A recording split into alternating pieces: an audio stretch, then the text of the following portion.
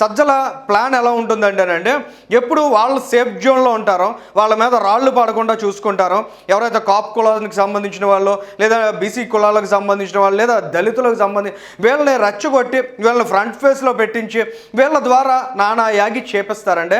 తద్వారా ఏమైనా రాళ్ళు పడినా వీళ్ళ మీద పడాలి. వాళ్ళ సామాజిక వర్గాన్ని మాత్రం ప్రొటెక్ట్ చేసుకుంటాడు జగన్మోహన్ రెడ్డి. సజ్జల రామకృష్ణారెడ్డి మీద ఏగ వాలకుండా చూసుకుంటాడు. కానీ బలి పశువులు ఎవరవుతారంటే ఆయా సామాజిక వర్గాల వాళ్ళు అవుతారు. అందులో భాగంగానే అంబటి రాంబాబు మెడలో నిన్న కాపు కార్డు వేశాడు.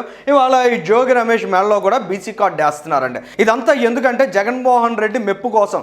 జగన్మోహన్ రెడ్డి కుక్కను వాడుకున్నట్టు వాడుకుని బయటికి తన్నేస్తాడన్న విషయాన్ని ఆంధ్రప్రదేశ్ రాష్ట్ర ప్రజానీకం అంతా గుర్తించినా కూడా ఇటువంటి వ్యక్తులు మాత్రం ఇవాళకి కళ్ళు మూసుకుని ఉన్నారండి.